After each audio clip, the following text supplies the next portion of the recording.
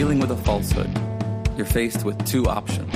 You can accept it or you can reject it. The basis upon which we take one of these actions is a product of our critical thinking capabilities and a desire to know what is true instead of confirming our bias. A lie can travel halfway around the world while the truth is still putting on its shoes. On Brainstorm, we choose the hard truths over the comforting lies. Reason, compassion, skepticism. This is the Brainstorm podcast.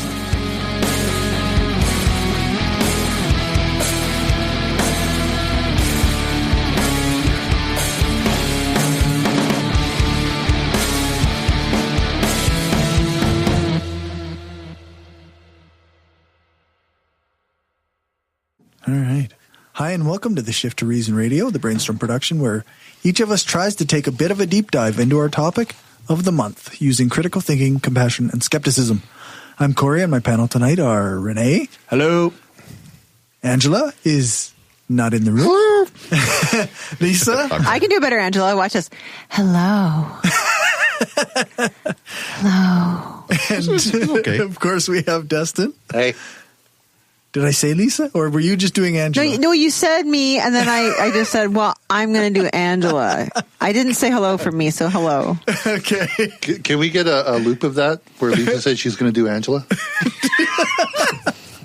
And Whatever. of course, the always amazing Dave doing sound. That's me. We are in Roman Empire Studios in Regina, Saskatchewan, and today is February 15th, 2019. Remember that you can contact us about the show at mail@brainstormblog.net, and if you want to support us, then do that at patreon.com/brainstormpodcast. All right, let's go into Rene Rants. First off, I'd appreciate if we could go the 15th of February. What did he say? Sense. He said February 15th. Why does 15th of February make more sense? Because he just wants to be Gumby and obstinate. Like smallest unit of measurement to largest unit of measurement? One's a word, one's a number. Just makes more sense. It doesn't when you're speaking English. Angela, I did your hello. I did it like this. Hello. That was Impersonated awesome. you. When you're doing the number format, yes, it I makes did it sense. for you. You're welcome. Thank you. But when you're speaking the words, you use the word February first. In French, you don't. No, You say I don't. le You should know 15 this. février. You'd say it like that. But it's not French. Right. That we're speaking. All right, Rene Rants. I'm just trying to I delay want to Renee. hear what Rene has to say about yellow vests. So I think we're gonna use the what the fuck bumper for you. I that almost works. Is that almost what works. this is going to be? Yeah, I think so. Fucking what the fucking fuck? Who the fuck? Fuck this fucking. How did you do fucking fucks? Fuck! Well, it certainly illustrates the diversity of the word. And yeah, Yeah, that kind of works. Because like, I know you guys, and I know last time you guys did the podcast, you had a thing about the yellow vests. Yeah. And my reaction to this a little bit more visceral than say, what you did, because you tackle like the philosophical differences between the two. right. This is just something that has just annoyed the fuck out of me because on Facebook, because friends have worked in the oil field and from hometown and whatever. They've been posting a lot of this shit, although it's been significantly less since they started booting people off the Facebook for calling for, hanging of the elected prime minister. Right. That's just not cool. But anyway, the way thing is, like, there's if this protest was just like supposedly the two main ideas behind the protest, pro-pipeline and anti-carbon tax. Actually, I wouldn't be as against it. I mean, I myself are not anti-pipeline. I agree that it's a better way to transport the oil. I think we need to get it to other markets, but they are problematic. They do leak. Mm-hmm. You can't just, and I don't think that they're the panacea that they're expecting them to be. Right. I don't think that if they build these pipelines, suddenly it'll be back to the way it was, 5 years ago, because that was a bubble that popped. That ain't ever coming back. No, that was a bubble that popped. I mean, supply and demand, bitches. But this, has turned into like an umbrella for every right wing nut job idea out there. I mean, it's become, instead of MAGA hats, it's become yellow vests. Yeah. It has taken this similar tone as the MAGA people down in the States. Although, granted, it's not, instead of the blind loyalty to Trump, it's the blind rage hatred of Trudeau. Mm-hmm. And one of the things that has been kind of popped up, and I grabbed a couple screen captures and sent to you, is this idea of this globalism that they're protesting because of the proposed pact about easing migration. The UN Migrant Pact or Pact on Refugees or whatever it was. Yeah, which I look at it kind of cynically as a bunch of guys at the UN going, it'd be great if we do this thing, and they all pat each other in the back. Yeah, we should do this thing. The one thing they're not going to do is the thing. It's like that's what happens when something's completely non-binding. Yeah, it's not. It was non-binding. Except Trudeau would be like, "Yeah, we're doing this thing," because he would totally do the thing. Yeah, but which is a good thing. Mm-hmm. I mean, nobody knows what we're talking about. No, because from what little I've read about it, all it is, it's supposed to be is an agreement to make it easier to, but it doesn't. UN doesn't get to dictate how many migrants you take in.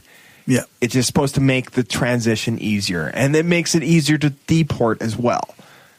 But everyone's up in arms over it, and it's just this. Like, when did the UN become Cobra?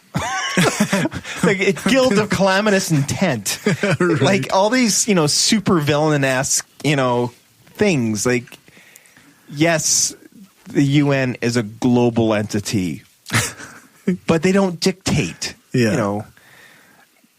It's like, what was that? Team America, it's like, well, hello, Hans Bricks. We're going to write a very stern written letter to you. Like, the UN is not as effective as these protesters seems to be making it. Essentially toothless, right? Yes. I mean, you look at all the things that have gone throughout the world, and the UN has sent troops there, but they haven't really been able to do much. The Rwandan genocide, the stuff in Darfur, the list is long. But everything in Saudi Arabia ever. Yeah, I mean, although I don't think UN has got troops in Saudi Arabia at the moment. No, that's true. But it's just this idea of that it's become this umbrella for every crackpot right-wing idea. It's just annoyed the hell out of me, especially when it's people I know that are buying into it. And it's like, I was hoping they were a little bit smarter than this. Yeah. I mean, I was looking at their, there was two different manifestos that I found, and they weren't exactly the same. They were similar, but I mean, the one thing that really stuck out was this weird idea about sovereignty, that they keep going on about sovereignty. And I don't think they know what the fuck they're talking about. Like, the one that really stuck out, and I'll see if I can find it here, was, where is it? Regular referendums. This is the one that really bugged me, was we the people advocate for our sovereign right above all others to use our 100% veto power to vote via referendums or other means necessary on the major issues and decisions prior to legislations and laws being changed that will affect the quality of life and livelihoods of we the people, that we're able to challenge the past changes to legislation and laws back to 1982, which have been proven not to be in the best interests of we the people. Isn't that called an election? Yeah, well, the problem is the reason why 82 seems to be standing out is that's when Pierre Trudeau, repatriated the Canadian Constitution. They're worried about sovereignty. Prior to 82, we couldn't technically in Canada change our own constitution because we were ruled by the BNA Act. And so this idea that they have to have referendums on every major law is like this weird, I don't know, is that libertarian or just crackpot fuck? It's just crackpot nonsense. These are people who aren't even informed about what any of these things were. No, they can't even be informed properly as to who the candidates who are in charge are now, let alone each and every law that's been passed since 1982. Like, I mean, it's easy to point out where referendum doesn't make sense and it doesn't work. Brexit. Well, see, this is the problem. This is the tone of what has bothered me about this. Is I think the election of Trump, Brexit, this all have the same kind of misinformation bullshit attached to it. Yeah. You know, because Brexit has happened, but there was, after it happened, everyone was like, oh, what did we vote on again? Because there was so much misinformation about it. You know, Trump gets elected because there was so much misinformation about Hillary and whatever else. Yeah, if we get to the point where it's a referendum on everything, it's just going to be voting for CTV or NBC. Oh, it'll be just a total utter clusterfuck. Yeah, it's going to be voting based on spin. That's all it's going to be. You know, and like, because people don't have the wherewithal generally to go deeper than the first layer of shit they're fed. Well, yeah, and I mean, you just look at the reaction we had after the last election, right? Not my prime minister. Well, no, that's out west. He didn't win many. The Liberals didn't win any seats, but that's how they want a seat here. Well, yes, Goodale was an exception, and in Edmonton? I mean, out in BC, they didn't do too bad. Yeah. So I mean, in the West, I mean, Alberta. Well, I mean, that's the problem is when the West wants in, meaning Alberta wants to dictate. You know, is the way it works.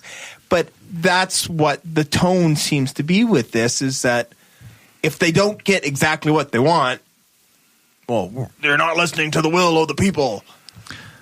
You know, and the problem is like I said, I empathize. Like, I mean, it sucks out here. Like, I mean, right now the economy sucks because oil's dried up, right? The money's not floating as much. Everywhere is slow and dead and boring. Yeah. But things are tough all over. But the problem is I would correct that too. The economy doesn't suck because the oil's dried up for money. The economy sucks because we no longer have the artificially inflated benefit of the oil. You can't blame the oil on the economy on the oil. It was just something beneficial for a while that kept us floating. Yeah, sort of. I mean, the reactionary, because there was a bunch of dominoes that happened. Like, I mean, suddenly the provincial government doesn't have as big a coffer. Suddenly they jack the BST on everything, and then bitch about the carbon tax. You know, there's a million ironies that we could talk about. Our economy sucks because of mismanagement. Bingo. But the thing is, and like this is where this has annoyed the fuck out of me, is because I empathize, because there's a lot of people that, you know, their livelihoods have been affected by this, but it's a commodity that is cyclical. It goes up and crashes about every 10 years. Different reasonings, but the pattern is about the same. And to think that you can drive a bunch of rigs to Ottawa and change anything, I don't, you know, because the pipeline issue isn't just government. It's because, you know, it's almost entirely not government at this point, right? No, I mean, they're blaming Trudeau. He's attacking the oil industry. Well, no, that's why they bought the fucking pipeline. They've got $1 billion, you know, package to try to infuse into it, but they're attacking the oil industry. Yeah, they're bending over backwards to support the oil industry, but attacking. There's a glut on oil, and it's not fucking worth anything. Exactly. Yeah, I mean, it's like a fucking Ford Focus. Kind of, yeah. 270,000 kilometers isn't too bad. I wasn't talking about your car. I was just saying. All the car analogies. Yeah. That's all he knows. But like, I mean, this is the thing that's his reference point.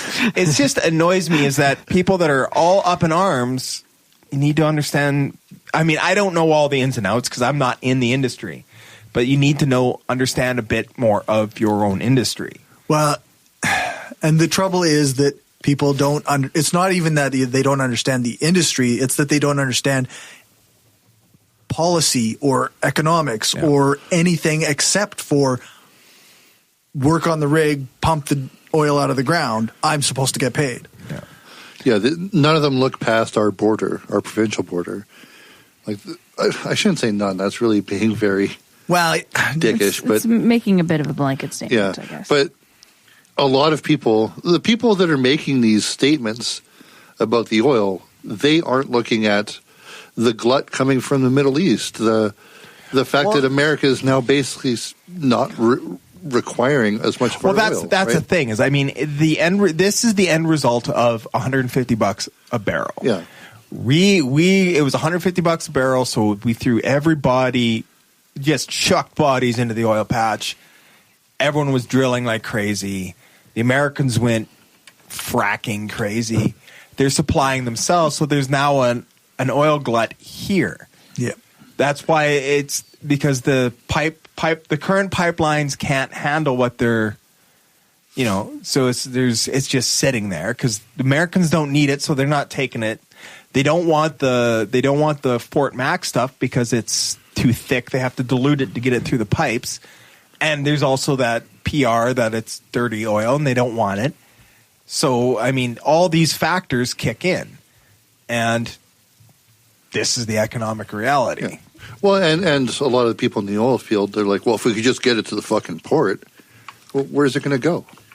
Well, who's going to buy it? That's part of the part I kind of agree with that. You do need those because you do need to get to other markets. If there's a market. But I mean, that is true. But I mean, we can't, being totally reliant on the Americans as our only customer is kind of silly because, I mean, especially under President Cheeto Dust, who, he gets a mean tweet from Ann Coulter and he totally changes his economic policy. Like you can't trust them. But that's just it is China's economy is slowed down, so they don't need the oil.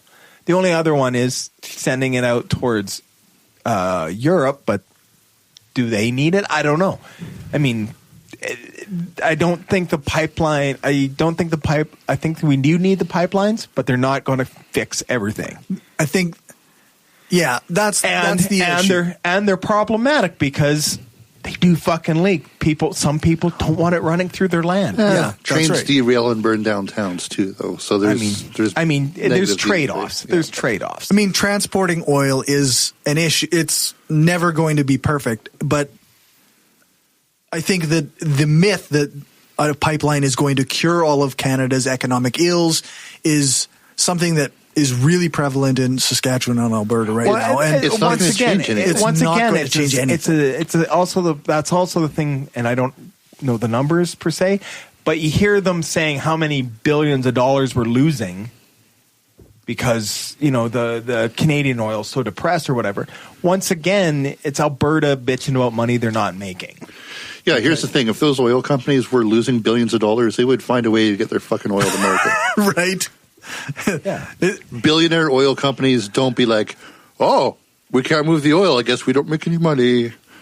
They would find a way to get the oil to market. They would use fucking semi-trucks. They'll fucking fly it in planes if they have to. We have all of these planes for putting out forest fires. They can hold lots of oil. Yeah. So, I mean, it's just a thing of, it annoys me because, like, certain elements of it I agree with. I mean, like I said, I'm not anti-pipeline, but they're problematic. But I don't think it's going to cure all the problems. And and when they had their little town hall at the university, pissed me off because live down by the university, and if I stepped outside, all I could hear was the fucking honk honk honk honk honk, and it was just like, what the fuck are you doing? Like, you're the same people that would be like, fire all of them if, say SaskTel went on strike, but you guys are on strike basically driving your semis around, and that's fine. Like, the whole thing pisses me off. You people have thought about, like, pipelines and oil industry a lot of shit. I don't even ever think about this shit. Like, I don't know why. I mean, it's like I'm not affected. Things like economies and, money are important. Well, no, I'm not saying it's not important. I'm like, I don't know why I never think of this shit. I never occur. You don't I have never. the same people on Facebook posting shit every 5 It might be, seconds. because I have like astronomers. Oh, actually, the thing I'm going to talk about later, is actually a thing that a friend of mine posted because he's working on that project. So, cool. Anyways, no, that's awesome. So yeah, that's what I get. Yeah, like. And also, my aunt posts about the weather a lot. I'm just like, Diane, nobody cares. Like, I love my aunt. Like, but I don't care. Yeah. As opposed to Rene, whose Facebook feed is like. Renee's got some good shit in there up to piss him off. You know what I think would have made some good shit in there. You know what I think would have made these guys even more mad? First off, they hate our carbon tax. Imagine if that carbon tax, if Trudeau said, okay, well, any province that hasn't signed on, you're still paying the carbon tax, but that is going into renewable energy in your province. I think that's what they should have Isn't SAS Power moving towards renewable energies? Is that not so? They're moving towards whatever is going to be cheaper for power for them. Yeah. But which will be which renewable.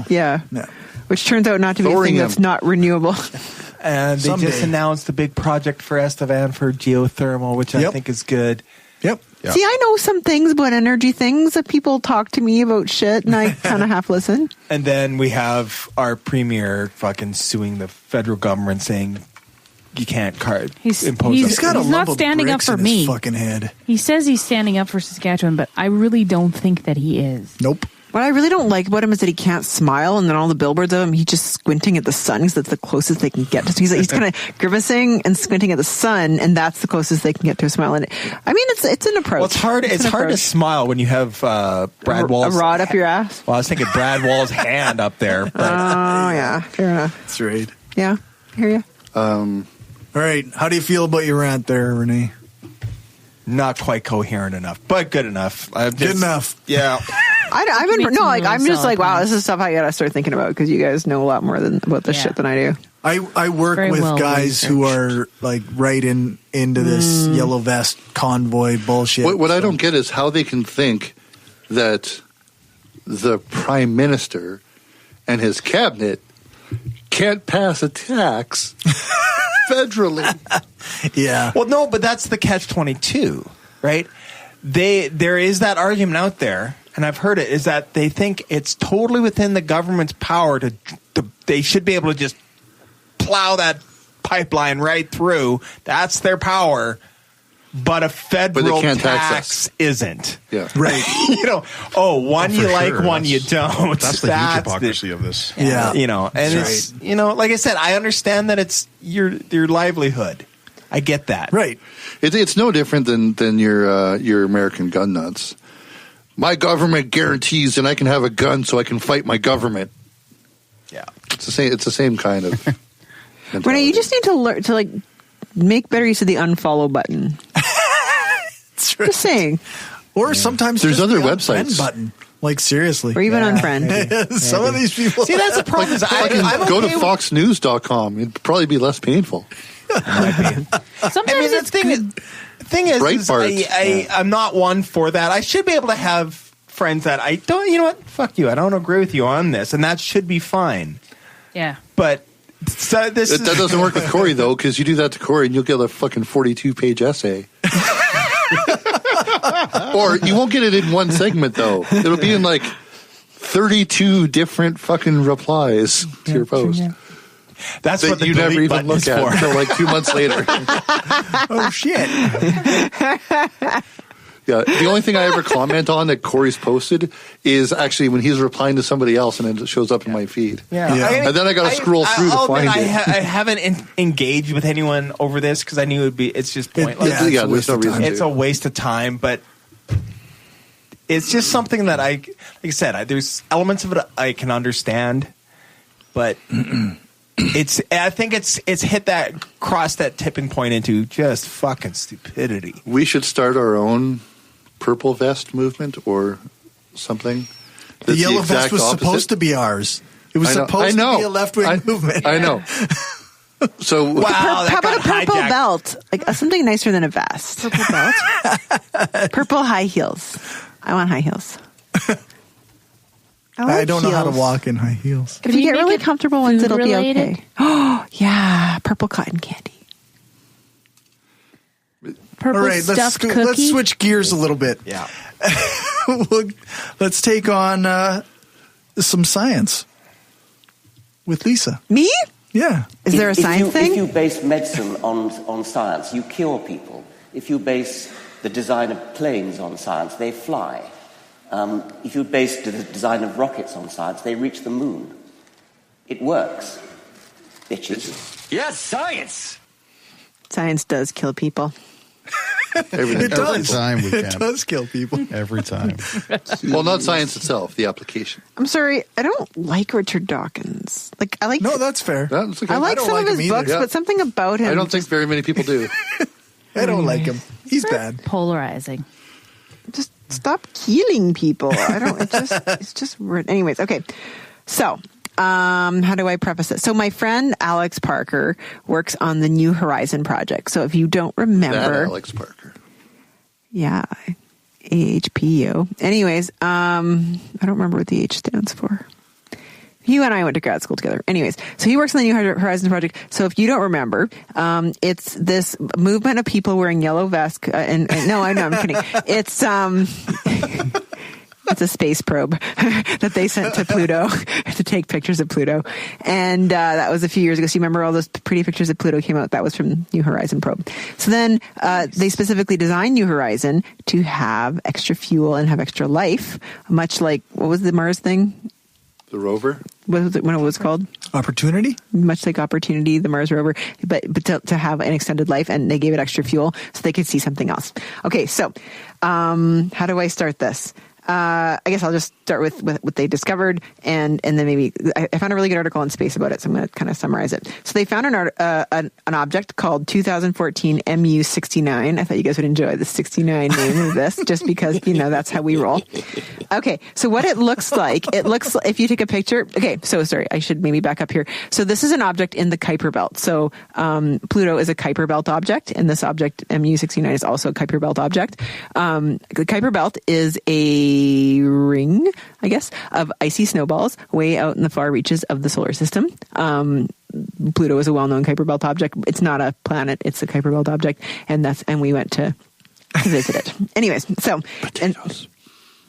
They do look like potatoes. yeah, but it's not a they. Okay, this is one object. It looks like, so just to describe for our listeners, it looks like two dirty snowballs, or kind of two, I guess, asteroids, I guess.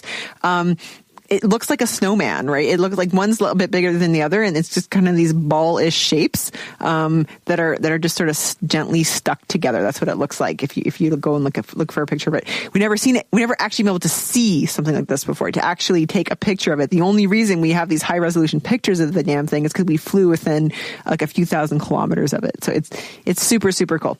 Okay, so what's really cool is that we've never had a spacecraft sent to see something so far away. It is by far the farthest thing away that we've ever seen.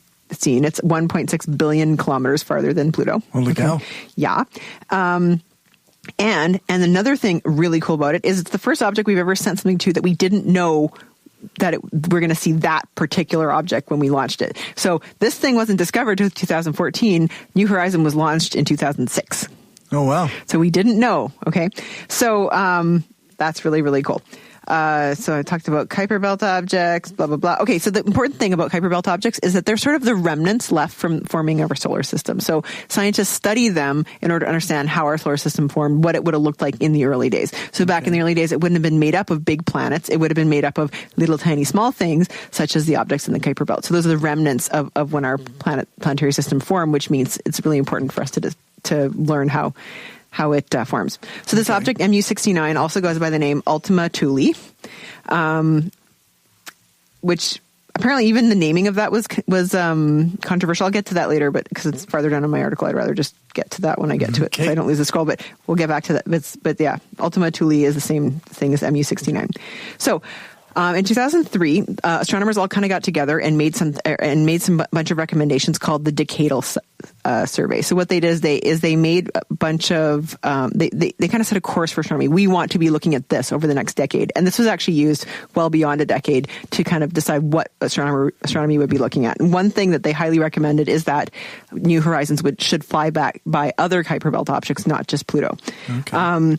So they're like, well, what the fuck are we going to look at? We don't have anything for it to look at. Something's got to be near enough to Pluto. The Kuiper Belt is enormous. You can think about as you go farther and farther out, this Kuiper Belt goes around the entire solar system, but that's a much, much farther distance the farther out you go, right? We're talking like if the distance from the Earth to the Sun is 1 astronomical unit, I believe Pluto is somewhere around just under 50 astronomical units. So whatever it is, 43 or whatever. So, I mean, we're way, way, way farther out there. Okay, so it's got to be something that we can get to and blah, blah, blah, blah. So they started looking for something. In 2014, the Hubble Space Telescope located 5 potential objects, including Ultima Thule or MU-69. And basically through a series of observations on the ground and in other places, they decided that this would be the best possible object. So they decided, okay, this thing will actually save us the most fuel, and it's an interesting object. We're going to send New Horizon there. So like I said, they decided where to send it after the damn thing was like pretty much, 2/3 of the way to its destination, which is pretty crazy. So in 2017, the New Horizon team requested suggestions from the public for a nickname for MU-69. The final decision, Ultima Thule, is a term used in medieval times that means, quote, beyond the known world. The nickname was submitted by about 40 different people. But the nickname spurred controversy because of its historical use by Nazi forerunners and modern use by extremist groups. However, the New Horizons team decided to stick with the nickname despite the potential negative connotation. I've said it a number of times. I think, the lead scientist on the study said that Ultima Thule is very old, many centuries old, like the term is, possibly over 1,000 years old, and it's a wonderful meme for exploration. That's why we chose it. I would say that just because some bad guys once liked the term, we're not going to let them hijack it. So they chose that name. So before the flyby, they used several telescopes on Earth to kind of try to get an idea of where the damn thing was and what to expect when it got there. So astronomers typically study Kuiper Belt objects by looking at occultation of stars. So there's lots of stars in the background, and what you do is you look for these Kuiper Belt objects to pass in front of a star, and then you figure out something about the object. So you can figure out kind of how big it is, or where it is, or its orbit, et cetera, et cetera. Okay. So they use that to predict, and they actually could only look at very, very specific, like they had to, I can't even remember the names of it. They went to the countries of, I don't even remember. They went to like random countries in Africa, like the only place they could freaking see it. And like they had to like very carefully map out exactly where they expected it to be so they could send the probe there. Right.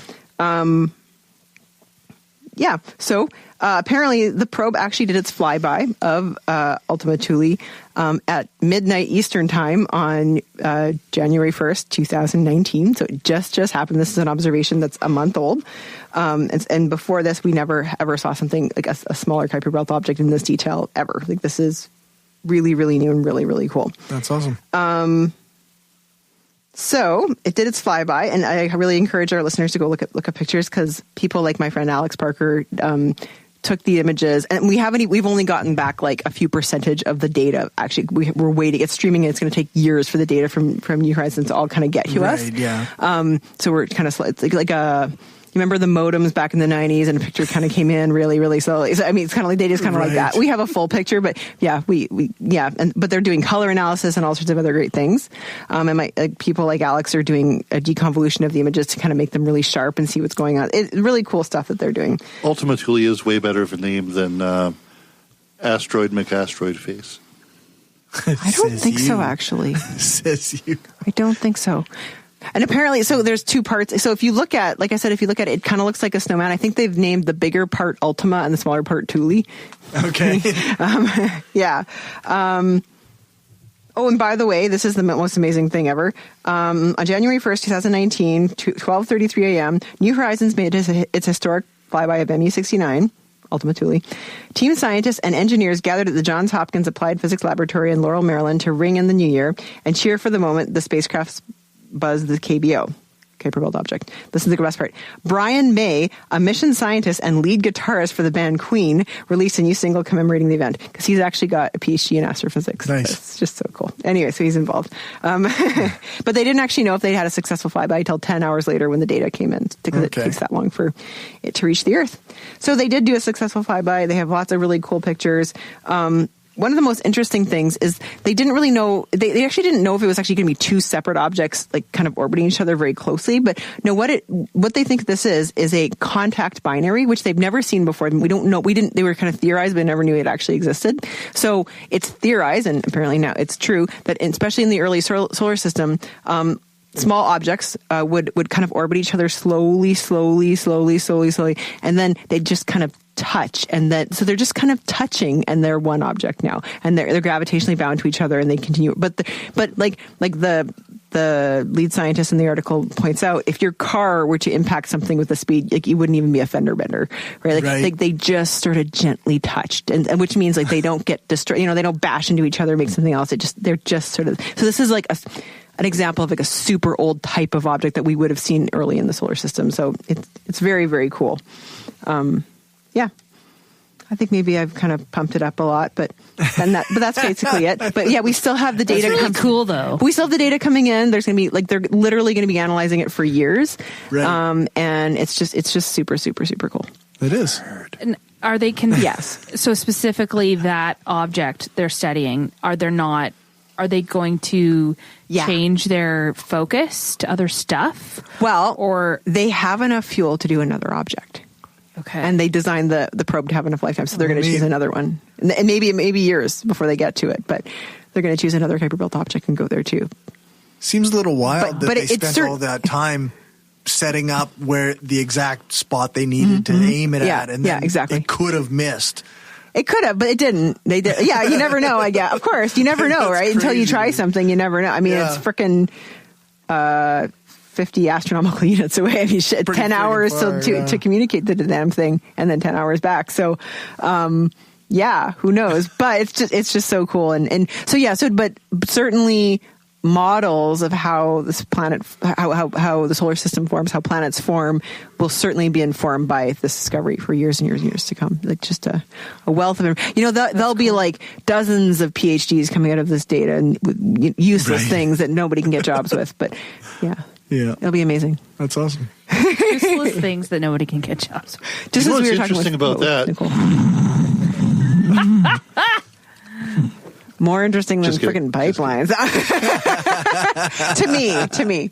So this is what shows up in because I saw this before the press release, right? My friend just posted the picture because he just finished processing it on his computer. Oh, neat. The same thing happened with Pluto images years ago. Like he was like, oh, I made this. Check out what Pluto looks like, and like, oh, cool, Alex, thanks. And then it would be in a press release the next day. So I get funny CAD videos in my feed. I get those too. I get corgi videos. Corgi videos. I hate corgis. Fucking love them. They're so yappy and needy. I didn't mean it about the pipeline. All right. Well, I guess that's it for another show. No. Goodbye, everybody. Okay, bye. Bye, Justin. Bye, Justin. Bye, Rene. We still have lots of show to do. I'm sorry that the KBOs drove you away. Oh, also, planetary nerds are so funny because they'd always, like, in a meetings, they'd always bring Timbits and be like, hey, guys, I brought some KBOs, like Kuiper Belt objects. That's how fucking amazing scientists are. That's how hilarious. Thank you. The rest of your thing was really quit while you were ahead. The rest of your stuff was really good. And the Americans have no idea what Timbits are. No, that's true. They're like the donut holes. They're donut holes. Kid bits? What? Yeah, kid bits. Kid bits. Bits of children. All right. Well, after science, let's go with That's What She Said. And in the future, if I want to say something funny or witty or do an impression, I will no longer ever do any of those things. Does that include That's What She Said? Mm-hmm. Yes. Wow, that is really hard. You really think you can go all day long? Well, you always left me satisfied and smiling, so... That's That's what she said. That's what she said. That's what she said. That's what she said. That's my joke. Damn it, Dwight. I watched That's What She Said video a number of times. It's fucking hilarious. Funnier every time. I think I'm on the 5th rotation of The Office. Oh, geez. Nice. I just can't do it. It's okay. I won't judge you too harshly. I promise I won't. Whatever. I'm not worried about being judged by people that have watched The Office 5 times. It's not for everybody. No. There are people with a sense of humor, and then there's you. Yep. I like when you come because then Cory burns, and he's normally so nice to everyone, but he's not nice to you, and I like that. He's never been nice. No, he's nice to everyone else. You just don't notice because he's mean to you. See? I am a nice person. I was going to say good person, but came out as guype person. Yeah. That's not necessarily true, so I stuttered. We could make a new word. Anyway, this is Angela's. It's my segment. It's Do my it. segment, you guys. Do it. So last podcast, I was remotely connected. Mm-hmm. And I didn't get to... I had a lot of thoughts about our interview with James Fell. It was really interesting. He's very articulate and entertaining and a lot of fun. And I was really glad that we could finally have him on the podcast. I think for me, I got far too excited about it. Why didn't you marry him, Angela? He's already married. And so am I. I was going to say, so are you. I like how that wasn't your first answer. Yeah, that shouldn't have been your second reason. No? Oh. I find that being the second reason to be totally reasonable. I don't know. He's kind of amazing, and if he wasn't already married, Angela can arrange to not be married. Like I have the electronic version of his book. I bought the hardcover and then I got the audiobook so that I could listen to it at work while I was Is it working. him? Oh yeah. Oh. It's fantastic. It's better than reading it. Oh, I thought you were going to say better than something in any else. format, because it's like you're having a conversation with somebody that's cool and isn't an asshole. Like, but and then there's classic rock quotes in there and stuff like that. Nice. I don't understand the cool but not an asshole bit, but it's possible. I don't get it. You can reach for the stars. You can be cool and not be an asshole. There's a few. So, yeah. Some people do it. But the thing that I wanted to bring up from that was recently there was a video that surfaced with Ellen Page on Stephen Colbert. Yes. Oh, I didn't see it. If you Why didn't I read the notes? You should really, so stupid. I didn't put this in the notes. Okay, good. This is completely like I it. thought of it before I left today. Tell me about it. Because it kind of, the reason I referenced the Holy Shit Moment book was James Fell talks about how his wife, like in the and even when we talked to him, he talked about how his wife was constantly being interrupted and constantly being dismissed, and he noticed it. She didn't so much notice it. He noticed it.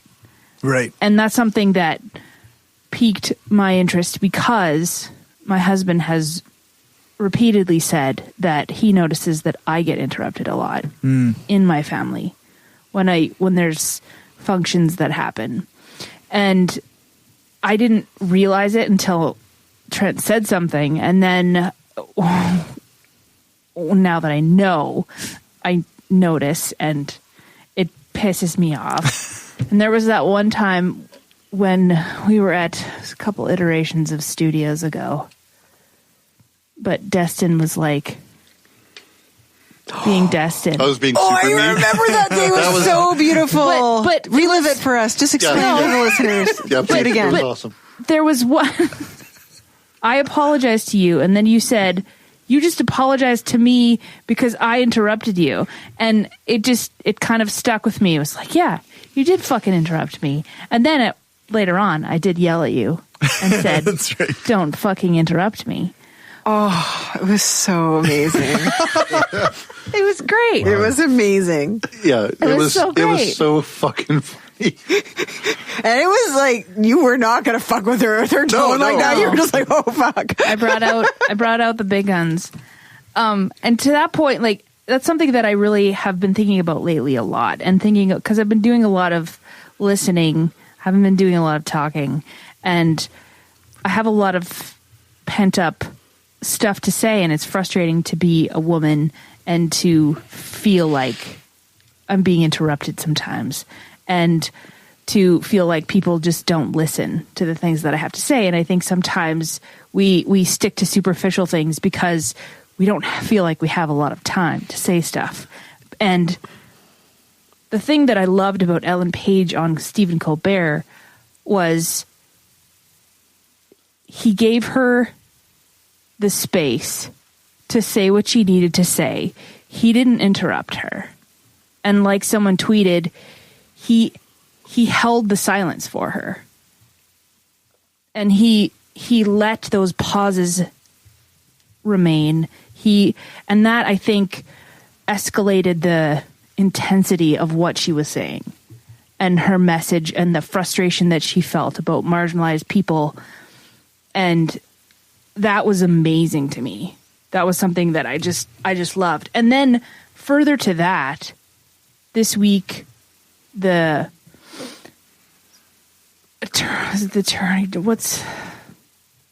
Jody Wilson-Raybould, our federal not Attorney General. Yeah, I don't know. I'm sorry. Lieutenant Governor. She was a member of the Liberal caucus. Yeah. And she was demoted from her post.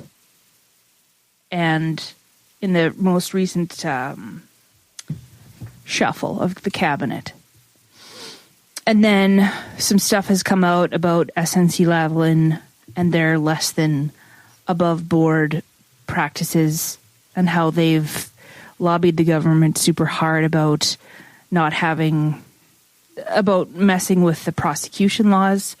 And she has been in a position where she's been privy to those things.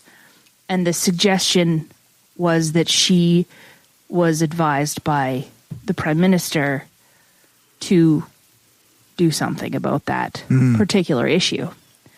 And then she offered her resignation. She was the Justice Minister. She was the Justice Minister. I looked it up. I didn't demoted to Veterans Affairs. Yes, that's right. So you want me to read this? Sorry. It's.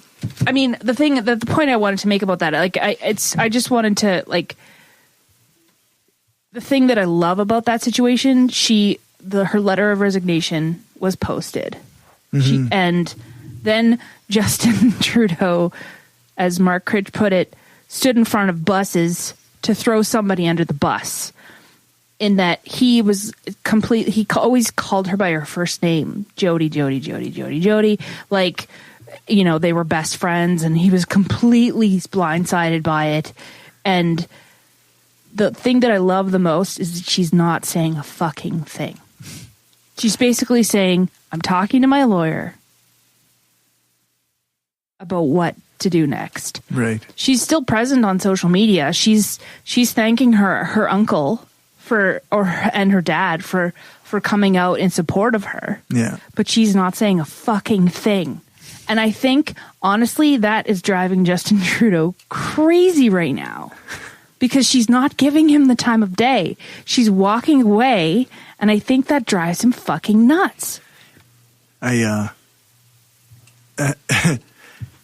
His reaction to this has been very much like, oh, well, she never said that she was unhappy with the new appointment, and la la la. Well, and he has since said, I haven't. Well, if so and so didn't quit this, then I wouldn't have changed her position. Well, okay, it's a pretty clear change in position, and it's just he's grabbing at straws, and I think that his position and his behavior now is quite telling to me.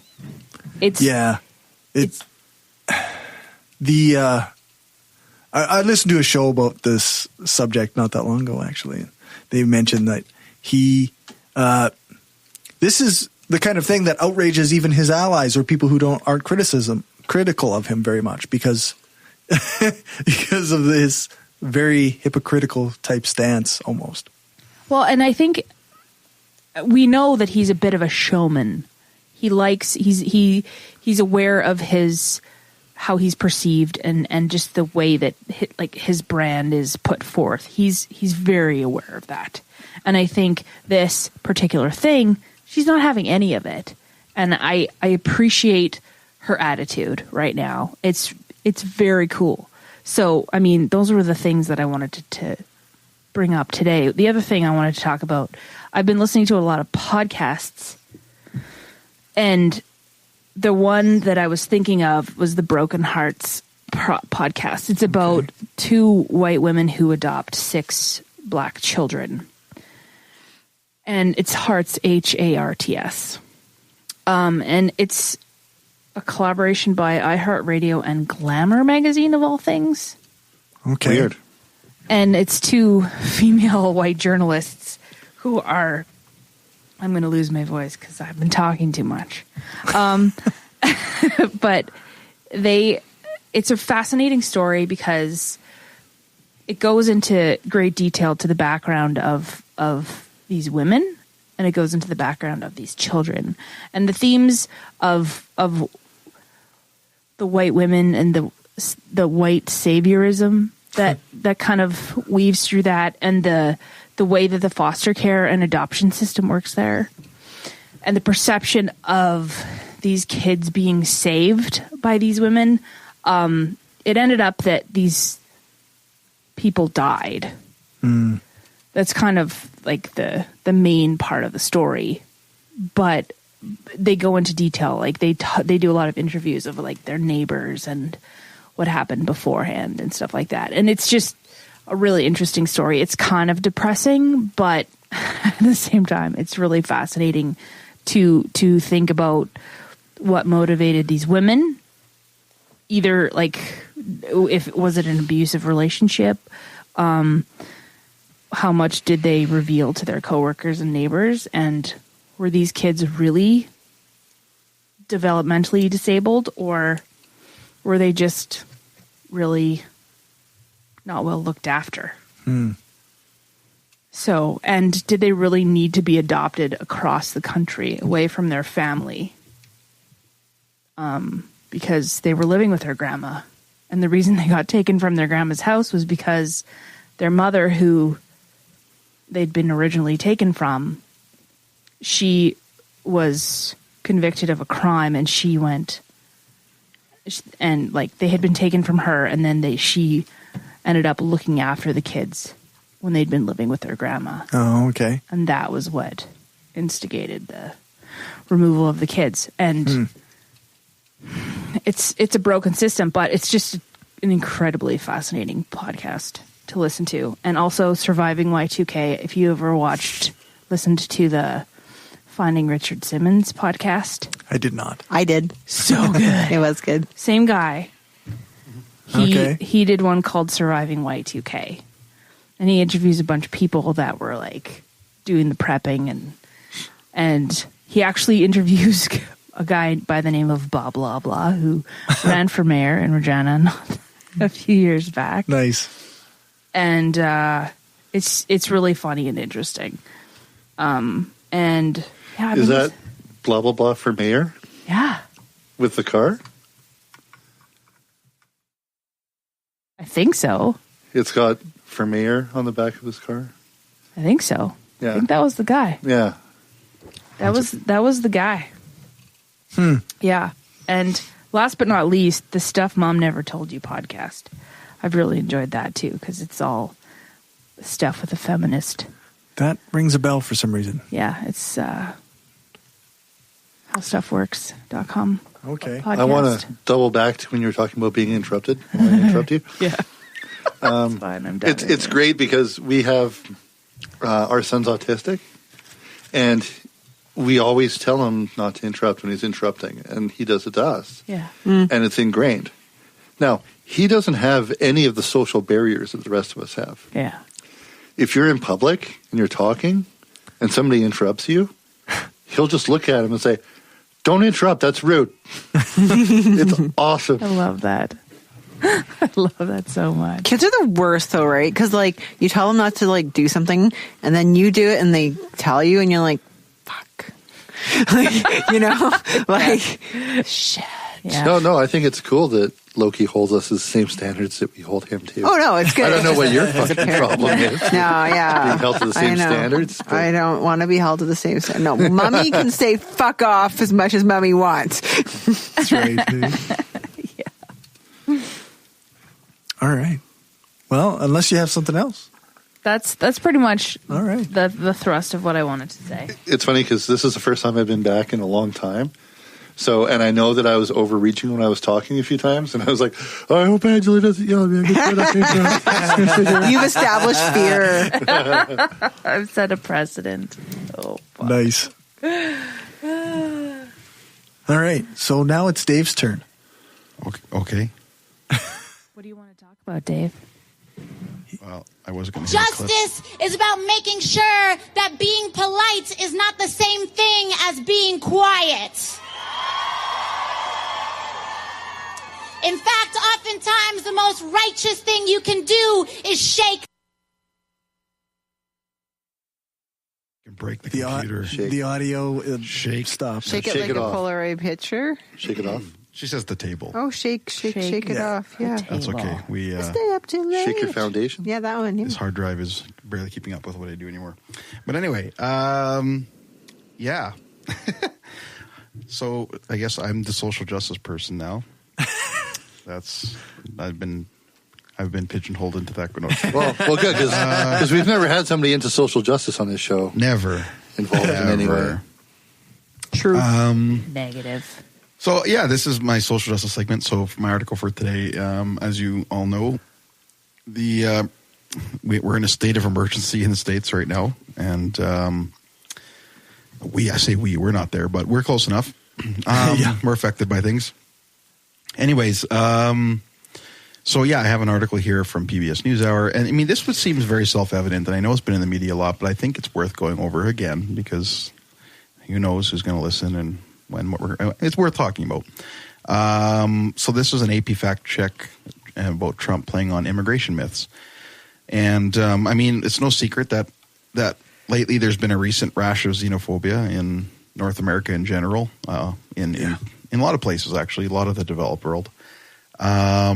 Specifically the States, though, obviously. Even in Canada here, when we talked about the Yellow Vest movement, there's some xenophobic things tied into that as well. And for those of you who don't know what xenophobia means, it's when people hate Xena Warrior Princess. That's exactly it. No, yes. It's an irrational fear of immigrants and people from other countries. Oh, and things like that. So I thought it was people that didn't like xenomorphs. Yeah, xenomorphs. Yeah, xenomorphs are bad. I can see why people don't like them. But. So I think the big thing here is, okay, so how I want to start this off is yes, there are immigration problems. I know there are. We have them here. We have them in. I mean, the Mexican border has some issues. It's true. That's fine. But the solution being proposed just doesn't really make any logical sense in reality. I know Trump just likes to say again and again, walls work, walls work, walls work, walls work. If you didn't have walls, what would you do? You know, like on and on and on, blah, blah, blah, blah, blah. But, I mean, people keep telling him, and reporters, like, right to his face over and over again, keep bringing up stats, and he just goes, oh, where'd you get those stats? Well, I have these stats. I have lots of stats. And I got the best stats. Well, today he said something like that was just so bizarre. It was just like somebody brought up, like a really good question. It wasn't like they were attacking him. They were just saying, hey, this. And he's like, oh, well, you know, I don't know where you're getting your stats from, but my Homeland Security Department tells me this. And they're like, oh, we got this from your government. These are all the stats that your departments are releasing. But anyways, so this article kind of goes through some of those myths. I'm not going to go into great detail, but I guess the bottom line is you know, right now they say the problem, the state of emergency is because all these immigrants are flooding the border. There's caravans coming. Basically, they're invading the country and murdering people and taking everybody's jobs and screwing up the economy. And it just sounds very similar to what they said about Jewish people.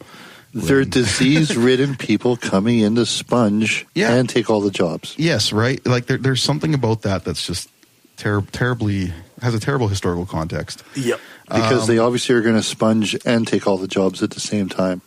Yeah, right. So Schrodinger's. So this goes through all these myths. One of the first ones is that vast numbers of immigrants are pouring across U.S. borders. Well, they said not really. The net flow of all migration into the United States in recent years is around 0.3% of the total population. That's a pretty small number. Yeah. It's roughly at a long-standing historical average. So there you go. It's average.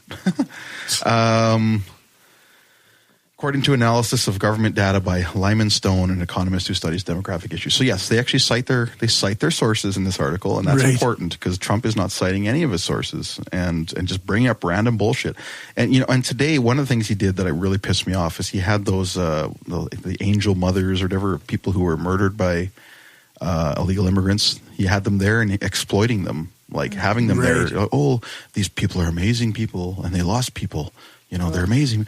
Like, it's just like, fuck you, man. Like, you don't really give a shit. This is you using that to your advantage to try to push your campaign promise and all this. And not once is there any talk about Mexico paying for it anymore. That's all gone. So, the other myth we have is immigrants are taking away jobs, which is not true. Many people have firsthand stories of losing a construction bid or an office job to a foreign worker. This happens in an economy as large and diverse as the United States, where numerous people also lose jobs to native-born Americans. But employment data suggests that the influx of immigrants helps increase overall hiring for the U.S. economy rather than erode job growth. Mm-hmm. The trend is clear in the government's monthly jobs reports. So the government has data. The data doesn't distinguish between immigrants who are in the U.S. legally and illegally. Nearly 64% of immigrants hold jobs, compared with roughly 60% of workers born in the States. That's a great number. Last year, immigrants accounted for roughly 40% of the 2.4 million jobs added. So it's just... Wait, are you saying if there's more people that's an influx to the economy and it creates more jobs because there's more people? More people to do more jobs. Correct. That doesn't sound right. That doesn't sound right. No, not at all. Did you double check the math? You can ask the government and their stats. But, government man said it's good? Okay. Government said it's good. No, their monthly jobs report says a lot of this stuff. So immigrants are uneducated, not true. In fact, there's a lot more educated immigrants coming than uneducated. I think of what they say here. The country has increasingly become a magnet for foreigners with doctorates and master's degrees. 16% of all immigrants, sorry, not more, but 16% of them arrived since 2000 hold an advanced degree, compared with 13% of the native-born population. So yes, more of them are educated in advanced degrees than the local population. Immigrants are to blame for today's sluggish wage growth. The weight of the research suggests that immigrants have not suppressed wages. David Card, an economist at the University of California, Berkeley, first studied the issue in 1990 by reviewing the arrival of Cuban migrants in Miami during the 1980 Mariel boat lift. So this historical rush of immigrants created a natural experiment to measure what then happened to incomes in the local area. He concluded the influx appears to have had virtually no effect on the wages or unemployment rates of less skilled workers. You know what has a real effect on wages? What? Capitalism. I'm sorry, it just does. Just the way things, the profit motive. Yes, the profit motives of companies is what creates lower wages. I'm sorry, it's just the reality of it.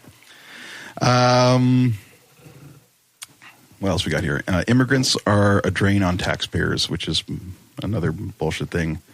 An immigrant and a native-born person with similar characteristics will likely have the same fiscal impact, is what the report says. So, illegal immigration leads to violent crime. No.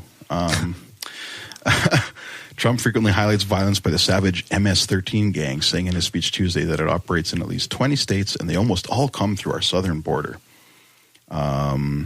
So they're predominantly from El Salvador or are U.S. citizens descended from there. But there is scant evidence that immigrants are perpetuating a crime wave. In a paper published last year, sociologists Michael Light and Ty Miller reviewed crime in every state in the District of Columbia from 1990 to 2014. They found that a rising number of immigrants in the country illegally corresponded with a drop, not a rise, in reported crime. So on and on and on. So yes, social science is important. Statistics are important. Yeah. You know what? You want to address the border wall, and there was a border issues, border security. There was a bipartisan deal being worked on, and they thought he was going to sign it right back in, I think it was December. Yeah, and then he's like, nope, shut down the government. So, I mean, like, there was ways for them to work together to try to have realistic solutions. They were even going to fund, certain agencies more, and I might not agree with their approach 100%, but I think it was at least based in reality, like targeting areas that needed it rather than a wall. Like a wall is just such a fucking metaphorical, talking point. It's all about politics. It's not about. Yeah. There's nothing effective about it. Like, let's just be honest. We're not going to build this giant barrier across the border. And I know they say certain sections of it, and that's going to somehow stop immigration when all these, or illegal immigration, when all these, pretty much all these reports suggest it's happening at ports of entries anyway. So I mean, anyway, we could go on about that forever. It's all self-evident at this point. It's been in the media forever. But today's a very important day because today he officially declared a state of emergency to build that wall. And we have our own movements here in Canada, thankfully that aren't as strong yet, but are there. And, they want to do similar things, So, there was actually this meme on here from one of the Yellow Vest protesters saying something like, they had a sign that says white women are meant to have white babies. Oh, yeah. So then there's a guy behind him, like with the same sign, but then they have like SpongeBob, like going like derp, like on the same side. Like there's like a brown guy behind him doing the same thing. It's hilarious. So yes, we have people here who are being just as xenophobic and would like us to get tougher on immigration and all this bullshit. But I still have some faith in Canada in its urban centers. I feel like we're not typically like that in urban centers. As much, anyway. Not yet, anyway. But I don't know. Different vibe when you go to Toronto than when you're like here, right? Or Vancouver, places like that. Yeah. Can I make a recommendation? Sure. I really like the podcast Revisionist History. I'm always recommending other podcasts. Sorry. Good podcast. Revisionist History. So it's season 3, episode 5, General Chapman's Last Stand. Mm-hmm. Malcolm Gladwell always spins this really interesting, but he talks about something called the Mexican Migration Project, which is a social science study of how Mexicans have migrated in and out of the United States over decades. And I haven't listened to podcasts in a while, but from what I recall, there was basically General Chapman was kind of put in charge, very effective military general, I don't know what branch of the army or the military, who was given the task of making a less porous border with Mexico, I think in the 80s. It's because until that point, people would kind of easily just kind of cross the river and just like go in between. It wasn't a big deal. And so what they found is the migration pattern changed from people from Mexico coming to the United States to work, contributing to the economy, doing stuff, and then going home off season. Right. To then, when they made it much more difficult for that to happen, people would come to the United States and then they wouldn't leave because the risk of having to come back across the border was too great. So then they'd stay. And so that you had a real shift in like that.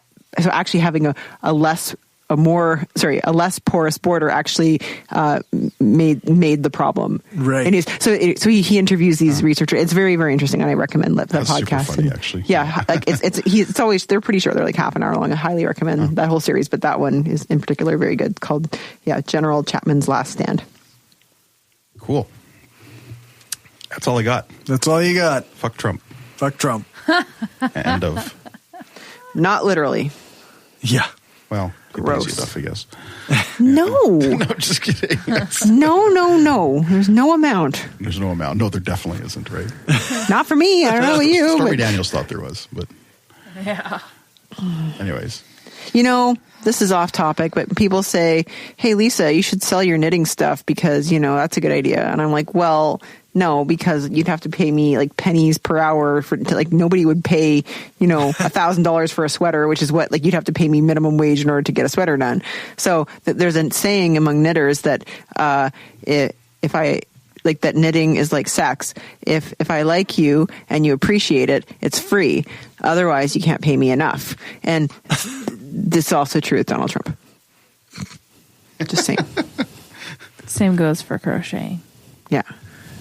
Well, and other crafty shit. With any luck, we've only got, 2 years left to him? Unless he gets reelected. But it's already been 1,000,000 years since he was first elected. It feels like 1,000,000 years. I have a feeling this wall battle is not going to go well for him, but anyway. And the Mueller investigation. That'll happen soon. That's the thing. There's a podcast, They're already- speaking of recommending podcasts, called Mueller, She Wrote. Yeah. Really? That's amazing. Yeah. And Is it good? It's a bunch of funny ladies, Mueller, She basically. Wrote. It's really the Stuff Mom Never Told You podcast had one of the hosts of that podcast on the show, and it was really well done. I can't get enough Mueller shit. I go to Stay Tuned with Preet for my Mueller shit, but I love Angela Mueller shit. Lansbury was always on my bucket list. People to do? Yeah. Oh, yeah. That's just your list. Smart and hot. Yeah. Well, dead now, but Is she? I think so. Oh, fuck. Are you sure? If not, then I still got a shot.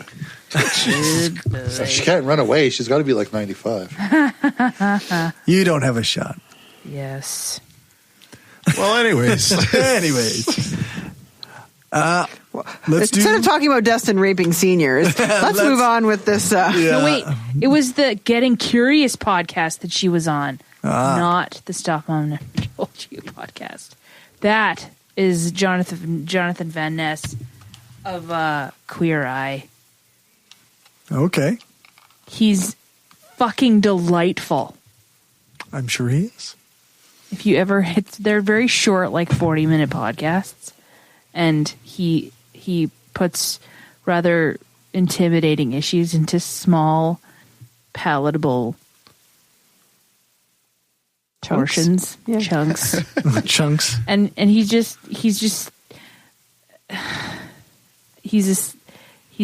fucking delightful. All right. Let's switch up to my I'm segment. not recommending any podcasts that aren't ours. That's fine. There's this great podcast called Brainstorm. Yeah, There's an episode that's right. a long time ago where we talked. No, just kidding. Here we go. All right. I told fucking Destin not to fucking interrupt me. Yeah, that was a good one, actually. There was an episode 4 weeks ago where we were like, oh, this is the last time in the studio. This is really sad. Yeah, it was really sad. And 4 weeks later. I actually asked where the studio was And he didn't know. today. You've been here. with Aquaman? What's the deal with decaf? What's the deal with lampshade? What's the deal with... What's the deal with fascism? Ooh. Yeah. So I wrote quite a bit on this, but so fascism is a far-right ideology rooted in authoritarianism and nationalism. And I feel the need to emphasize that a second time. Fascism is a far-right ideology. It is not, nor can it ever be, a left-wing ideology. Anyone who claims that the left are the real fascists are lying or do not know what fascism is.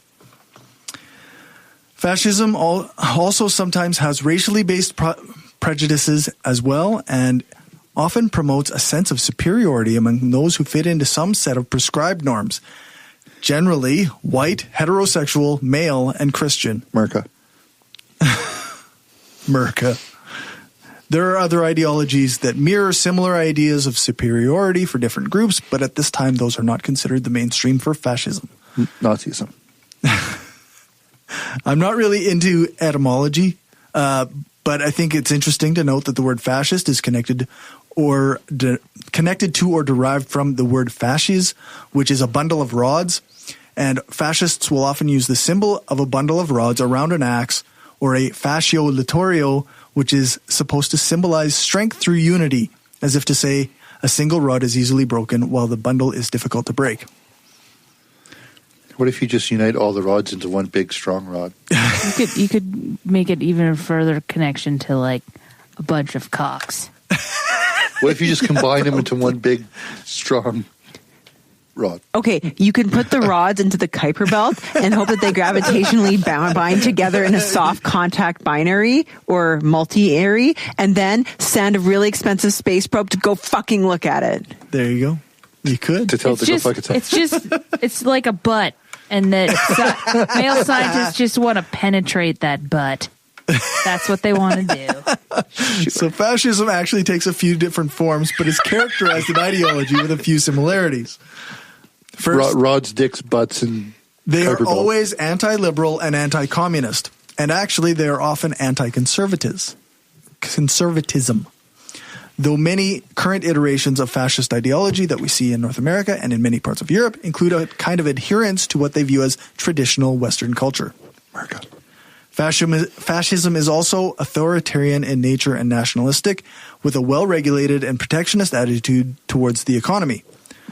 Though they are very pro-private industry, it is very anti-globalization ideology, which basically means fascists are cool with people owning businesses within their country or state and think most things should be privatized, but they don't. But they want to regulate them, and they don't want outside interference. Another thing that most versions of fascism have in common is that they are quite fond of symbols and charismatic leaders, that they can unite a group around and promote a positive view of violence, and they promote a positive view of violence and masculinity. Not to put too specific a name on it, but you can see why the fascists in the alt-right would follow a guy like Richard Spencer, who is decent-looking, well-built, and articulate. Douchebag. Yes. Fascists hate weakness. They see themselves as the strong ones, and they view practically every other political ideology as the weak ones. They are also obsessed with the decline of society and consider themselves to be the only ones able to repair it, which they will do by eliminating undesirables, whether by banishment or extermination. They view undesirables as impure, which can mean any number of things depending on which group of fascists we're talking about.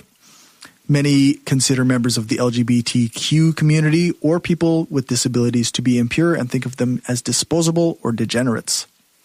That sounds familiar, like something that happened in like the 40s? Yeah, something like that. Sorry, can I also say something? You mentioned that fascists tend to have a certain idea of masculinity. They also have a specific idea of femininity. Women as mothers, women as, like there's very strict roles, gender roles. Yeah. Sorry. No, for sure. There are a small number of fascist regimes that have taken power in a few countries since it became a political ideology in the late 19th century. Italy was fascist under Mussolini. Germany was fascist under Hitler. Some historians consider Napoleon III to have been the first fascist, though it wasn't called that at the time. Jair Bolsonaro in Brazil is a fascist who is in power right now. Scary-ass motherfucker.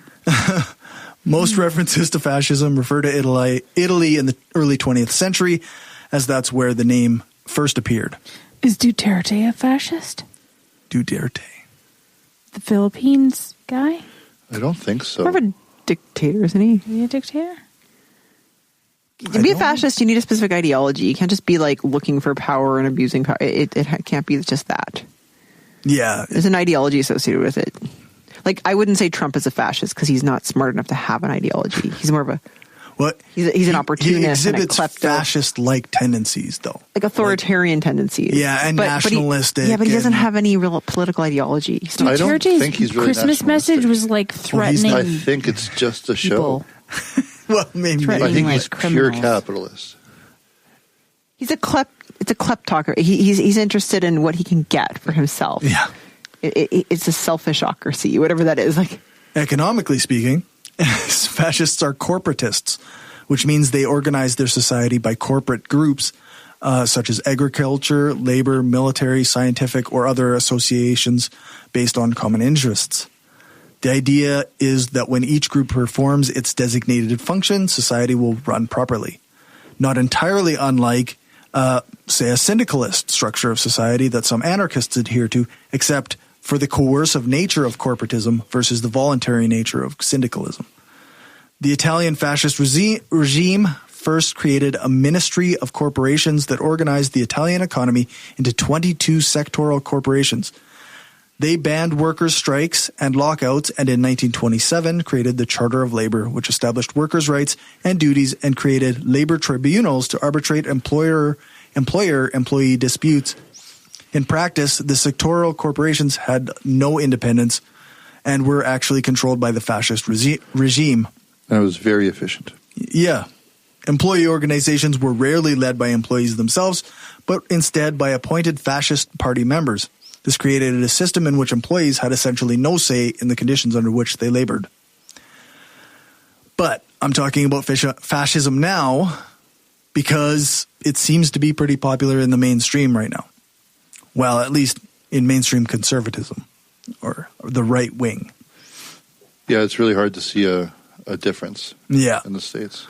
I'm just going to cover a little bit of a video by ContraPoints that she put out in September of 2017, and then I'm going to talk about where modern fascism seems to have gone since that video. In Contra's video, she lays out three main beliefs of today's fascists. The first is that people of European heritage constitute a biological, cultural, and political unity known as the white race, which is also often referred to as Western culture. Just as an aside, we now often see people in Canada referring to Canadian values or in the US as American values. This is another dog whistle to this white race unity, although it often includes religious aspect as well, also known as Christian values. Number two, Jews are masterminding the destruction of the white race through multiculturalism and non-white immigration. Fascists often refer to this as the white genocide or ethnic replacement. This fits into the idea of the decline of society that I mentioned earlier, and it's why you hear them chanting slogans like "You will not replace us" and "Blood and soil." And number three is the only way to save the white race is to establish a white homeland or ethno-state from which non-whites and degenerates can be purged. This is also fundamentally informed by their narrative about the decline of society and their view that they are strong enough to fix it as long as they expel the weak. So Contra has done a number of videos debunking these three core beliefs of fascists, but yet fascism persists. In her video Decrypting the Alt-Right, she points out that society under late-stage capitalism kind of sucks, and it leaves a space in the sense of identity the white men are seeking for that fascism can sneak into. White dudes are actually facing a number of challenges in modern society. I think the line from Fight Club actually says it pretty well when it points out that we were promised fame, fortune, and decadence as long as we worked hard. And now that we find that not only are we worse off than we were before, we have to compete with more than just other white dudes. We also have to compete with women, people of color, people with disabilities, and members of the LGBTQ community. We were told by TV, movies, and marketing departments that we were entitled to be at the top of the pyramid, and we found out that we are not entitled to that, and we won't even come close to reaching the top. I blame the rich, but for many men, it's easier to blame those who don't have power and are starting to gain equal footing. Thus, the rise of fascism and the resurgence of hostility to social progress in the mainstream. Who are the modern fascists? If you look online, you might see some people talking about race realism or race science. You might find people comparing slaves to drug dealers and espousing the value of having a whites-only nation. If you go into the boards on 4chan or 8chan, you will find them in there pretending they're sharing Nazi memes ironically, or giving pointers to each other on keeping a low profile until the time is right. In 2017, they marched on the city of Charlottesville. They are the alt-right, the Proud Boys, the KKK. You'll find some in red hats chanting "Build the Wall," and I think it's fair to say that in Canada, some of them are wearing yellow vests. Jair Bolsonaro is currently in charge of Brazil and plans to wipe out the indigenous peoples in the region so he can sell off Brazil's valuable rainforests. I'm currently quite concerned with the rise of fascism, and while they're taking heavy blows the last year or so, they keep coming back, and as long as the U.S. has a president that won't straight up disavow them, then they likely won't ever be gone here. I recently watched a video called A Night in the Garden, which showed 20,000 Americans in New York City in the year 1939. They were wearing swastikas and performing Nazi salutes and talking in much the same way we see Donald Trump and his ilk talking now. Talking about an ethnic group that isn't white, as though they were the root of all trouble, espousing the idea of American values. Fascism was always a part of American culture and, by extension, Canadian culture. I don't know how to defeat it, but the key in my mind is to keep an eye on them and never let them hide. If you see a fascist, let them know that you see them. If they know we're watching, then they can't build power unchecked. Punch them in the face. Also, vote for anyone who isn't a conservative or right-winger, because at this point, I think they've all been compromised. I wouldn't have called Harper a fascist, but I most certainly will call this new crop of conservative politicians we're seeing in Canada at least fascist-friendly. I think Harper was fascist light. Maybe. Right at the end of his reign, he was just you're right. making arbitrary decisions. But again, that's authoritarian, right? Like that's having to do with how he administers power, not... That's why I said fascist-like. It's not fascist, but... Yeah. And if the Jews had been trying to take over the world and everything, they had a couple thousand years. They would have accomplished it. I'm just going to laugh. All right. It's better than crying. So, let's move on to feedback. Wait. Can I say something? You bet. Also, I love the TV show Man in the High Castle. So if you want to see kind of like a fictionalized, like what fascism. So the idea of the show is that is an alternative history where the Nazis won World War II, and so it's set in like the 60s, and like 2/3, like the eastern 2/3 of the country is controlled by the Nazis, the western third is controlled by the Japanese. And so if you want to see what fascism might manifest as, and just how the characters act and what the assumptions they make and how they interact with each other, you can kind of get the idea of that. It's an awesome, really interesting show. Yeah, I have like 3 episodes to watch in the last season, but yeah, it's awesome. I'm only like halfway through the first season, so it's good. The book's not so good. No? Yeah, it's slow. The show's a little Philip slow K. too, Dick but- is the show is like fast compared to the novel. Right. Like anyways. Philip K. Dick is not my favorite. Philip K. Dick had a lot of really interesting ideas. Yes, but as a writer, I just find him banal. Anyways, I think that's pretty fair. If you like what we're doing and want to help us keep the lights on, go become a patron at patreon.com/Brainstorm Podcast. You can hear the bonus half hour that we record every episode and get a shout out when you support the show. Become a patron for just $1 an episode at patreon.com/Brainstorm Podcast. Or you can support the show by ordering a t-shirt, mug or other gear from our store at caffeepress.ca/Brainstorm Podcast Gear.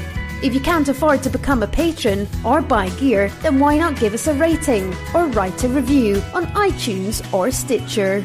Every rating makes it easier for people to find us. Thanks for your support.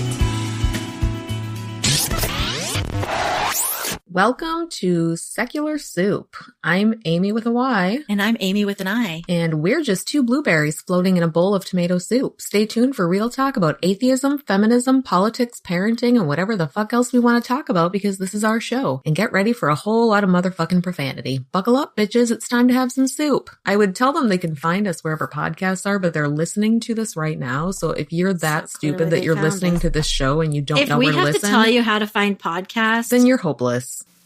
All right, let's hit that outro music. Yeah, let's. For all the things, you can check out the show notes on our website, brainstormblog.net, and our hosting page, thebrainstormpodcast.com.